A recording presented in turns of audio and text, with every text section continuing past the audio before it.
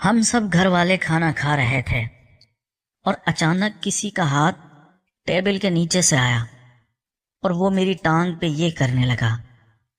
جب میں نے دیکھا تو وہ میری خالہ کا ہاتھ تھا۔ وہ ہاتھ آہستہ آہستہ اوپر کو بڑھ رہا تھا اور پھر وہ ایک دم میرے تیر پہ آیا۔ تو میرا نام شہروز ہے اور میری عمر 19 سال ہے۔ میں پنجاب کے گاؤں میں رہتا ہوں۔ میں نے انٹر تک تعلیم حاصل کر لی تھی اور اب میں اچھی سی نوکری کی تلاش میں تھا۔ میرے ماں باپ بھی گاؤں میں رہتے ہیں۔ میرے گھر میں 4 فیملی ممبر ہیں۔ ایک میری بہن ہے، اس کا نام عائشہ ہے۔ اس کی عمر 17 سال ہے۔ وہ بھی میرے ساتھ پڑھتی تھی، لیکن اب میرے گھر والے پریشرائز کر رہے تھے کہ کوئی کام ڈھونڈو۔ میں نے کام ڈھونڈنے کی بہت کوشش کی پر مجھے کوئی کام نہیں ملا۔ میری نانی، خالہ اور میرے ماموں کراچی میں رہتے تھے اور وہ لوگ وہاں پہ سیٹل تھے۔ میری امی ایک دن مجھے کہنے لگی، شہروز میں تمہاری نانی سے بات کرتی ہوں، تم کراچی چلے جاؤ۔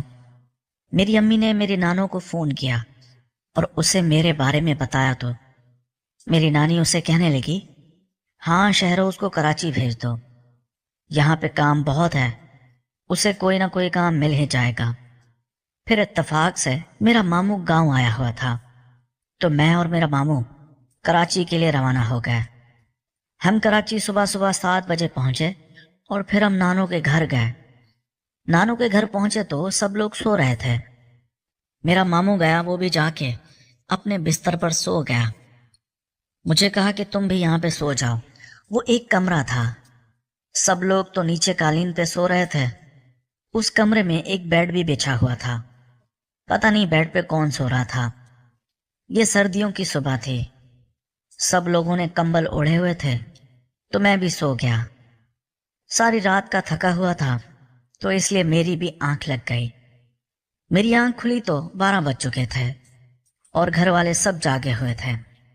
میں نے دیکھا تو ان سب گھر والوں میں ایک میری خالہ تھی جسے میں نے بچپن میں دیکھا تھا۔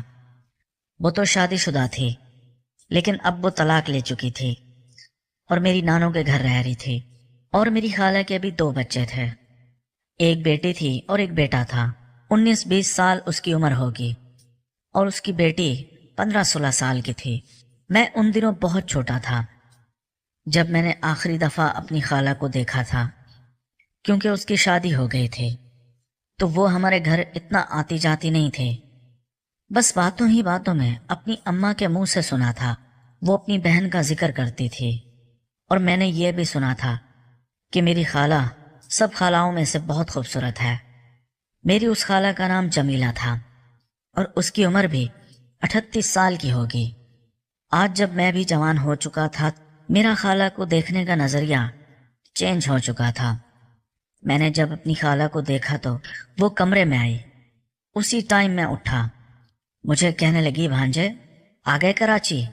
تمہیں کیسا لگا؟ میں نے جب اپنی خالہ کو دیکھا مجھے تو یقین ہی نہیں آیا کہ یہ میری خالہ ہے، وہ بھی اتنی خوبصورت، گوری چٹی، ان کے بال کمر تک آتے تھے اور اس نے اپنے بال کھولے ہوئے تھے۔ مجھے تو اسے دیکھ کر شرم آ رہی تھی۔ اس نے دوپٹہ بھی نہیں لیا ہوا تھا۔ وہ چلتی تھی تو ایسا لگتا تھا جیسے سب کچھ چھلک رہا ہو۔ میں نے یہ تو سنا تھا کہ عورت پہ اصل حسن 35 سال کی عمر میں آتا ہے، لیکن آج میں نے اپنی آنکھوں سے دیکھ بھی لیا تھا۔ جب میں نے آخری دفعہ اپنی خالہ کو دیکھا تھا ان دنوں میں بہت چھوٹا تھا، یہ کوئی 12 سال پہلے کی بات ہے، اور مجھے میری خالہ اتنی خاص اچھی بھی نہیں لگی تھی۔ لیکن آج جب میں نے دیکھا تو میں تو پریشان ہی ہو گیا کہ میری خالہ اتنی خوبصورت، اور میں بھی حیران ہو رہا تھا کہ میری خالہ کی طلاق کیوں ہوئی، وہ اتنی خوبصورت ہے، آخر اسے اس کے شوہر نے کیوں چھوڑ دیا تھا۔ خیر میں اٹھا، واش روم گیا، میں نے ہاتھ منہ دھویا تو میری خالہ کی بیٹی جو کہ میری کزن تھی میرے پاس آئی۔ مجھے کہنے لگی، شہروز بھائی ناشتہ لگاتی ہوں، آپ ناشتے کی ٹیبل پہ آ جائیں۔ اب میں تو گاؤں میں رہتا تھا، گاؤں میں تو ہم کہیں بھی بیٹھ کے ناشتہ کر لیتے تھے، کبھی چارپائی پہ، کبھی کبھی تو وہیں جہاں ناشتہ بن رہا ہوتا تھا وہیں بیٹھ کے، لیکن جب میں کراچی آیا، یہاں کا رہن سہن دیکھا تو میں تو خود بڑا حیران ہو رہا تھا۔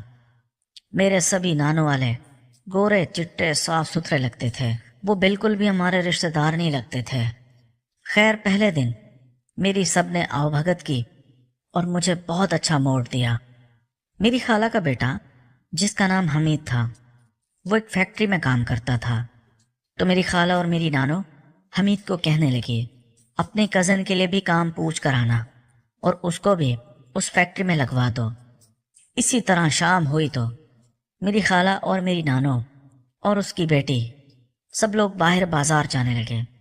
گھر کا راشن لینا تھا اور کچھ پھل وغیرہ بھی، تو مجھے کہا کہ تم بھی چلو گے۔ میں ویسے ہی گھر پہ بیٹھ کے بور ہو چکا تھا، تو میں بھی ان کے ساتھ چلا گیا۔ جب میں ان کے ساتھ بازار گیا تو میں نے دیکھا جس دکان پہ بھی ہم جاتے تھے سامان لینے، وہ دکاندار میری خالہ کو دیکھتے ہی اس کی نظریں رک جاتی تھی اور وہ فری ہونے کی کوشش کرتا تھا۔ مجھے یہ چیز بالکل بھی اچھی نہیں لگ رہی تھی، تو میری نانی بھی ان سے فری ہو رہی تھی اور وہ میری خالہ کے حسن کا بھرپور فائدہ اٹھا رہی تھی۔ ہر دکاندار سے وہ تھوڑا تھوڑا ڈسکاؤنٹ بھی لے رہی تھی، اور میں نے یہ دیکھا سارے دکاندار خوشی سے، بلکہ کچھ تو ایسے بھی تھے جو پیسے بھی نہیں لینا چاہتے تھے، لیکن میری نانو پیسے سب کو دے رہی تھی۔ آج میں پہلی دفعہ کراچی کے بازار گیا تو مجھے گھوم کے بہت مزہ آیا اور ہم نے وہاں پہ خوب کھایا پیا۔ جو کہ میری خالہ کی بیٹی تھی، وہ مجھے ہر طرح کی چیزیں کھلاتی رہی، لیکن میری نظریں بار بار خالہ کی طرف جا رہی تھی۔ میں خود کو کنٹرول کرنے کی کافی کوشش کر رہا تھا، لیکن ہو ہی نہیں رہا تھا۔ بالآخر ہم گھر آ گئے۔ میری خالہ کہنے لگی اماں تم کھانا بناؤ، میں جا رہی ہوں۔ میں بڑا حیران ہوا کہ رات کو میری خالہ آخر جا کہاں رہی تھی۔ میری نانو سے کہنے لگی تم جا ہی رہی ہو تو اس کو بولنا کہ ہمیں گھر کا کرایہ دینا ہے، تو آج تم پیسے لے کے آنا۔ مجھے کافی حیرانی ہوئی یہ سن کے، آخر میری خالہ کس کے گھر جا رہی تھی اور میری نانو اسے کس کا نام کہہ رہی تھی۔ میں بھی خالہ کے پیچھے پیچھے ٹہلتا ٹہلتا باہر آ گیا۔ میں جب آیا تو ایک سفید رنگ کی گاڑی رکی ہوئی تھی۔ گاڑی بالکل برانڈ نیو تھی اور اس میں ڈرائیور بیٹھا ہوا تھا۔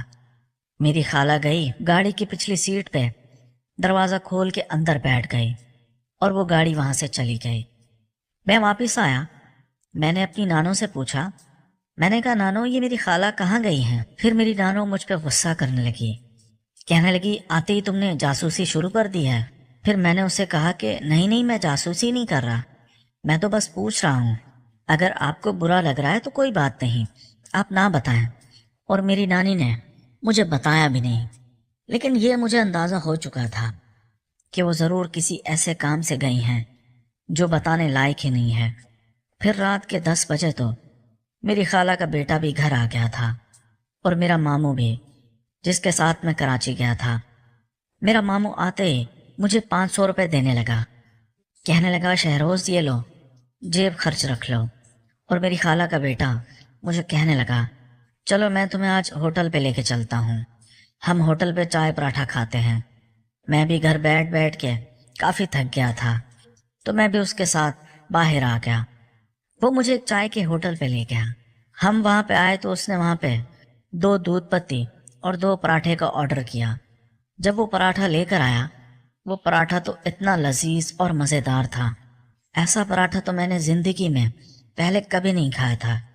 حالانکہ چائے پراٹھا مجھے پسند نہیں تھا، لیکن وہ پراٹھا چائے کے ساتھ اتنا اچھا لگ رہا تھا، میں تو یہ پراٹھا دیکھ کے بہت امپریس ہو رہا تھا۔ میں نے اسے کہا کہ یار یہ کراچی میں اتنے اچھے پراٹھے ملتے ہیں؟ وہ مجھے کہنے لگا ہاں میں بھی ڈیلی کھانے آتا ہوں، حالانکہ گھر پہ کھانا بنا ہوتا ہے۔ پھر میں نے اسے کہا کہ یار میرا بھی کام لگ جائے تو ہم ڈیلی آیا کریں گے، اور پھر میں بھی اس سے ادھر ادھر کی باتیں کرتا رہا۔ رات کے 12 بجے ہم لوگ جب گھر پہنچے، گھر آئے تو سب لوگ جاگے ہوئے تھے۔ میری کزن آئی میرے ساتھ بات کرنے لگی۔ میری نانی کا رویہ اکثر سخت رہتا تھا، وہ بھی صرف میرے ساتھ۔ میں نے دیکھا میری خالہ ابھی تک آئی نہیں تھی۔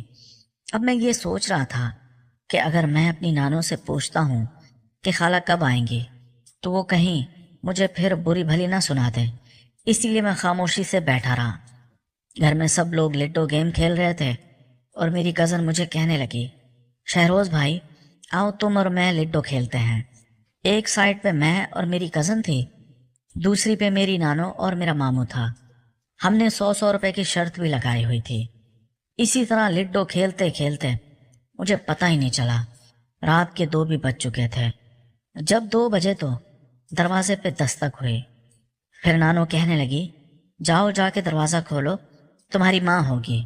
جب اس نے کہا کہ تمہاری ماں ہوگی تو میری جان میں جان آئی، کیونکہ میں خالہ کو دیکھنے کے لیے کب سے بے چین بیٹھا تھا اور مجھے ان کی کمی شدت سے محسوس بھی ہو رہی تھی۔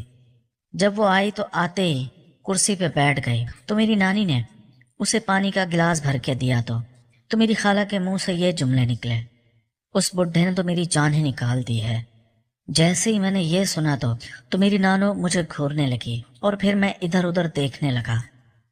دوستو، اس کہانی کی اگلی قسط دیکھنے کے لیے اس چینل کو سبسکرائب کر لیجئے۔ شکریہ۔